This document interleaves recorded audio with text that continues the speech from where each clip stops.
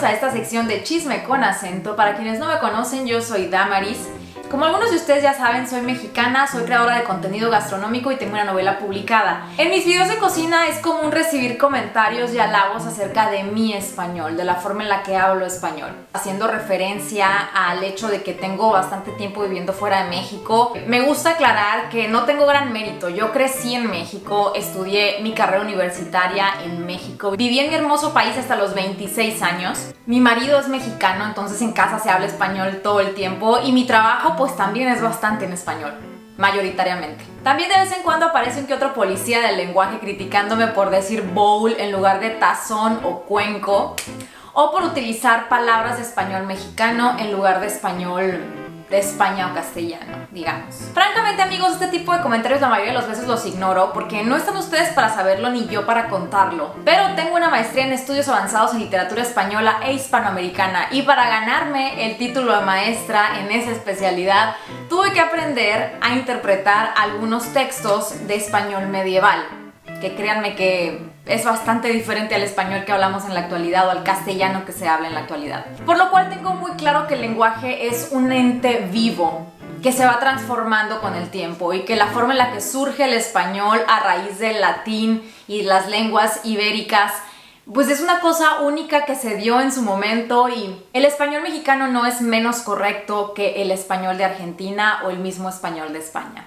Pero a lo que vamos, a raíz de toda esta polémica sobre los comentarios que hicieron los integrantes del grupo de Yaritza y su esencia al visitar México, ahorita mismo está mucho el tema de los no sabo kids, o de estos niños de origen mexicano que crecen en Estados Unidos y que no hablan bien español o que no quieren hablar español, y digo entre comillas porque muchas veces es que ni siquiera se sienten cómodos porque no son tan fluidos en esa lengua, ya que crecen en un país en el que la lengua oficial es el inglés. Así que sentí la inquietud de compartirles mi punto de vista como alguien que, además de haber estudiado el español de manera extensiva, de amar la lengua española con todo su corazón, de sentir una pasión por la literatura española e hispanoamericana, pues resulta que también enseño español en Estados Unidos. La primera vez que nos mudamos a Estados Unidos, por ahí de 2016, recuerdo haber estado las primeras 2 semanas, en temas de mudanza, consiguiendo departamento, consiguiendo carro, lo que tiene que hacer uno cuando llega a un país nuevo. Y después como de 2 semanitas sin comer unos auténticos tacos, yo ya me estaba volviendo loca, así que fui al Mexican Town en Detroit, a una tienda latina, un supermercado latino, y fue de pronto sentirme en casa. Tenía 2 semanas prácticamente sin hablar español con nadie que no fuera mi esposo. Todos los trámites, luz, gas, servicio, seguro del carro, internet, etcétera, todos los tenía que hacer yo pues en inglés. Entonces cuando llego a este supermercado mexicano me súper emociono porque no solamente veo todos los ingredientes que yo necesitaba, como buenas tortillas de maíz, que en general aquí en Michigan solo se encuentran en los buenos supermercados latinos. Y veo en la zona de la carnicería los nombres de los cortes de carne que yo conocía, como diezmillo, pulpa, chamorro, etc. Me acerco al mostrador de la carnicería y veo a este señor, al carnicero, que era una persona de piel morena, con bigote, digamos que con un look bastante estereotípico de mi país. Y yo le hablo en español. O sea, mi impulso es decirle, hola, buenas tardes, oiga, necesito medio kilo de diezmillo para asar. Y no sé qué, yo ya estaba como en el mercado, feliz de la vida. Entonces el señor voltea, sonríe visiblemente apenado y me dice, I'm sorry, I don't speak Spanish. Sin drama yo le dije, oh sorry, I need 1 pound of diezmillo and a half pound of pulpa, digamos, un poco Spanglish, para entendernos. Entonces muy amablemente me responde que claro que con todo gusto, empaca las cosas, me las da, ya me voy a pagar. Salgo de ahí reflexionando y le platico a mi esposo mi experiencia, y él, que tiene 65 primos regados por el mundo y muchos de ellos viven aquí en Estados Unidos, me dice, bueno, podría haber sido alguien de primera o segunda generación nacido acá y que pues no habla bien español o no se siente cómodo expresándose en español. O incluso, amigos, reflexionando en este hecho, podría haber sido alguien de origen caldeano, porque muchas de las tiendas latinas aquí en la zona de Detroit, los dueños no son mexicanos, son caldeanos, son personas del Medio Oriente. Con esta experiencia aprendí que uno pues no precisamente tiene que guiarse por el aspecto físico de alguien y asumir el idioma que hablan. Vivimos en un mundo globalizado en el que no tendríamos que dar por hecho que el color de piel de una persona o su origen signifique algo tan específico como el idioma que hablan. Y creo que esto no tendríamos por qué tomárnoslo a mal. Creo que cuando los mexicanos nacidos y criados en México como yo nos encontramos a una persona que se ve estereotípicamente mexicana en Estados Unidos y no nos habla español, es muy común que tengamos como esa sensación de ¿qué le pasa? ¿Por qué no quiere hablar español? Oye, si se ve súper mexicano, ¿por qué no habla español? Seguro se avergüenza de sus orígenes o ya se le subió y se cree muy estadounidense. Amigos, en mi experiencia viviendo en este país, les puedo decir que la gran mayoría de las personas de origen latino que no hablan español o que prefieren utilizar el inglés, no es porque no les guste el español, no es porque se avergüencen de sus orígenes. Es simplemente porque no se sienten cómodos expresándose en ese idioma o tan cómodos como expresándose en inglés. Porque los niños de origen latino o hispano que crecen en Estados Unidos, si bien su entorno, sus padres pueden hablar español y les pueden enseñar español, su mundo fuera de casa, en la escuela, en el trabajo, con los amigos, es en inglés. El idioma nativo de estos niños, de estas personas, es el inglés. Su lengua materna es el inglés, aunque sus padres hablen español. Podríamos ponerlos a muchos de ellos en la categoría de hispanohablantes pasivos. Entienden el español, pero se les dificulta expresar ideas complejas en el idioma. Se sienten más cómodos expresándose en inglés, que es el idioma que utilizan en su vida diaria. Y esto la verdad es que tampoco tiene nada de malo. Podría asumir que la gran mayoría de los mexicanos tenemos familiares en Estados Unidos. Y aquí quiero invitarlos a la reflexión. En México existe este prejuicio o esta idea de que los hijos de mexicanos, a los que de pronto llamamos de manera despectiva pochos o no sabo kids, haciendo referencia a su español imperfecto, se asume que no quieren hablar el español, que se sienten muy gringos ya, que rechazan los orígenes de sus padres. Y francamente, amigos, creo que esto es una concepción errónea y un prejuicio.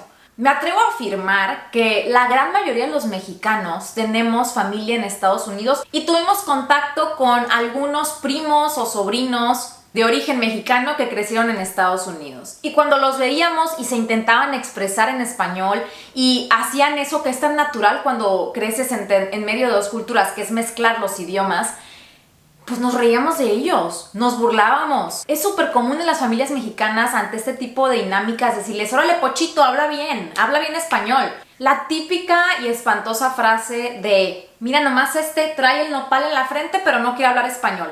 Esa frase, además de ser racista y prejuiciosa, es asumir un montón de cosas acerca de una persona basándonos exclusivamente en su apariencia física, lo cual sí o sí es discriminación. Así como es absurdo pensar que todos los mexicanos son iguales, es absurdo pensar que todos los mexicoamericanos lo son. Viven de diferentes contextos, viven diferentes realidades. Algunos nacieron aquí, otros llegaron aquí siendo muy pequeños. Muchos de ellos, los que entran dentro de la categoría de Dreamers o DACA, llegaron aquí siendo unos niños o incluso bebés, 1, 2 o 3 años. Crecieron en este país, se identifican como Mexican Americans, han interiorizado la cultura del país en el que viven. Aunque quizás sus familias les inculquen el amor por México, el idioma, etc., no pueden visitar México porque si salen no los dejan entrar, al carecer de papeles para residir en Estados Unidos. Los Dreamers son un gran ejemplo de lo dura que es la realidad para estos niños que crecen en ambas culturas.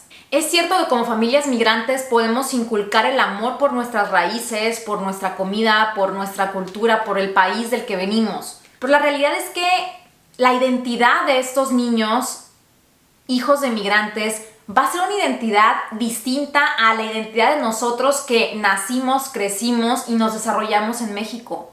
Esto les pasa a todos los hijos de migrantes en Estados Unidos, amigos, sean de India, sean de Corea, de Japón, de China, de México o de Colombia. Los hijos de migrantes crecen en medio de una confusión tremenda acerca de su identidad, de dónde vienen, de dónde son. Tristemente es muy común que vivan situaciones de discriminación en las que los mexicanos no los consideran suficientemente mexicanos y los estadounidenses no los consideran suficientemente estadounidenses. Es vivir en una diáspora continua y esa es una circunstancia que ellos no eligieron. Como alguien que llegó a Estados Unidos siendo adulta y con un español bastante sólido, les puedo decir que las primeras semanas o los primeros meses viviendo aquí, transformando mi vida cotidiana, mi rutina al inglés, con todo y que era un idioma que yo hablaba desde antes, fue retador darme cuenta que de pronto yo empezaba a pochar. Yo empezaba a hacer aquello que criticaba cuando era niña de mis primos Mexican Americans. Empezaba a mezclar palabras, empezaba a meter anglicismos en el español que yo antes de salir de México lo tenía tan cuidado y tan impoluto. Y me sentí mal. Es pesado estar todo el día pensando en inglés, interactuando en inglés con el mundo de afuera, y cuando empiezas a hablar en español, pues es natural que haya palabras que se te salgan, que se cuelen. Y esto pasa con todos los idiomas. Nuestros cerebros son plásticos, funcionan así. No es que tengan cajitas categorizadas exclusivas para cada idioma y las puedas activar o desactivar. Se cruzan los cables y no pasa nada. No es que queramos ser presuntuosos ni que no nos guste el español, es que se da de manera natural. Cuando nos fuimos a vivir a Alemania, me di cuenta que eso también pasaba con mis amigas latinas viviendo en Alemania. De pronto en la conversación empezaban a sacar expresiones en alemán. De pronto empezamos a hacer una mezcla y en la conversación de lo más casual decíamos te veo en Hauptbahnhof en lugar de decir te veo en la estación central. O ya pude tramitar mi Führerschein en lugar de decir ya tramité mi licencia de conducir. Es de lo más común, es de lo más natural y la verdad es que tampoco tiene nada de malo. Les tengo que confesar que en casa, viviendo aquí en Estados Unidos, mi marido y yo, en una conversación casual entre ambos, hablamos mayoritariamente en español, pero sacamos palabras en inglés y una que otra en alemán también. Porque tu cerebro va a agarrar la palabra que tenga más cerca y que tenga más grabada y esa la va a sacar en la conversación. Y mientras el otro te entienda, ¿qué tiene de malo? El otro día se me olvidó por completo, se me borró el cassette de cómo se dice posavasos en español. A lo que le digo a mi marido, oye, ¿me puedes pasar el Untersetzer del cajón? Y con una sonrisita burlona me contesta, ya, kein Problem.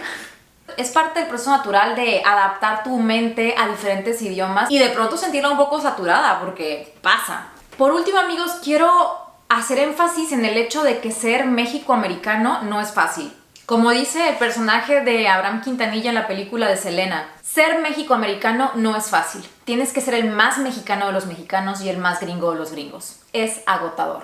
Estos niños Mexican Americans están todo el tiempo en medio de ese dilema. Tienen que irse con pincitas porque cualquier cosa que no les parezca a sus compatriotas en México es ¡uy, ya te crees gringo! Y tienen que estar todo el tiempo comprobando su fidelidad y su integración a la cultura estadounidense porque si no, go back to your country. Creo ciertamente que es una posición injusta y creo que los mexicanos sobre todo tendríamos que empatizar un poco más con ellos porque son nuestros compatriotas. Esto, aunque no lo he vivido en carne propia, lo he visto directamente con sobrinas, con primos míos. Saber que para tu familia no eres lo suficientemente mexicano, que además tienes un montón de expectativas culturales que en el país en el que estás creciendo no aplican o con las que ya no te identificas porque traes un bagaje importante cultural del entorno en el que creces, pues no es cosa sencilla. Yo creo que puedes amar y sentirte muy orgulloso de tus orígenes, de tu cultura, del país de tus padres, pero eso no significa que te tenga que gustar todo lo que viene de ahí. Si entre los mexicanos tenemos un montón de diferencias, tanto así que les puedo decir que el español que yo aprendí en Sonora, mi español sonorense que tanto amo y que tan desgastado ha estado a lo largo de los años de no vivir en ese hermoso estado, pues es muy distinto al español que mi marido aprendió en Jalisco. Eventualmente hemos ido haciendo una mezcolanza y él ya dice morro y yo dejé de decir chilo para decir chido. México es variado, es gigante, es hermoso. Creo que la interpretación cultural de México que tienen las comunidades chicanas en Estados Unidos es muy respetable y es legítima y tendríamos que empezar a dejar de criticarlos tanto. Sí, van a mezclar inglés con español todo el tiempo. Ellos son su propia cultura, que tiene origen en dos países, que es la realidad que les tocó vivir. Que va a haber mexicoamericanos que les gustan más los tacos de Los Ángeles que los de Ciudad de México. So what? ¿Y qué? Mi marido y yo nos la pasamos discutiendo cada que nos comemos un plato de menudo porque yo afirmo y seguiré afirmando que está más bueno el menudo de Sonora con grano de maíz que el menudo rojo de Jalisco con pura panza. Creo que es momento de dejar un poco los prejuicios que tenemos contra la cultura chicana porque es una cultura per se y es legítima. Sé que cuando eres mexicano y toda la vida has vivido en México, traes muy arraigada esa sensación de rivalidad entre Estados Unidos y México y de pronto asumes que los mexicanos que emigraron a Estados Unidos se creen mejores que tú por estar en México y no necesariamente. Un gran porcentaje de los mexicanos en Estados Unidos tienen vidas durísimas, durísimas. Muchos de ellos viven con el miedo constante de que la vida les cambie de un momento a otro por estar indocumentados.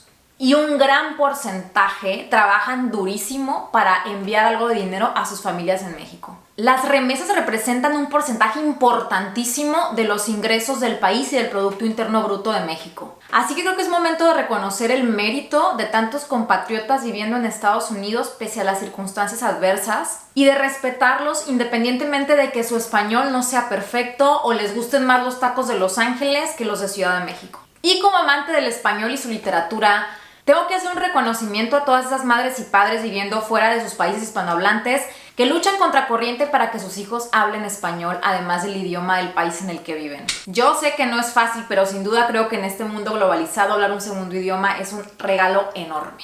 Y por último, amigos, respecto a Yaritza y su esencia, creo que los comentarios de estos chavos, porque son unos niños de 16, 15 años, si bien fueron desafortunados, si bien no fueron quizás pues los más diplomáticos o los que se esperaría de una celebridad visitando otro país, creo que fueron comentarios sinceros y sin malicia, comentarios de unos chavos que tienen nula experiencia tratando con medios, tratando con prensa mexicana. Fueron opiniones personales, en ningún momento las encontré ofensivas o faltando al respeto, pero lo que sí me parece inaceptable es la sarta de comentarios racistas, clasistas, discriminatorios, homofóbicos incluso, que algunos internautas ofendidos están sacando en contra de estos chavos. Estos ofendidos que según ellos están defendiendo a México solamente están dejando ver lo peor, solamente están dejando ver lo peor de sí mismos al atacar a una chavita de 16 años. Neta, gente, bajémosle al drama y seamos más empáticos. Y para quienes estén interesados en conocer un poco más acerca de la cultura chicana, la experiencia de la diáspora de tantos mexicanos, les recomiendo leer autoras como Gloria Anzaldúa, Sandra Cisneros y Erika Sánchez. Esta última tiene una novela que me fascinó, me enamoró y me ayudó también a entender un poco más las dinámicas en las que crecen mis sobrinas viviendo aquí en Estados Unidos. Se llama I'm Not Your Perfect Mexican Daughter. Es una novela hermosa y creo que cualquier persona que tenga hijos, familia, creciendo en medio de estas dos culturas debería de leer ese libro. Les mando un beso muy grande y nos vemos muy pronto con una nueva receta o un nuevo chisme en Es con Acento. Bye.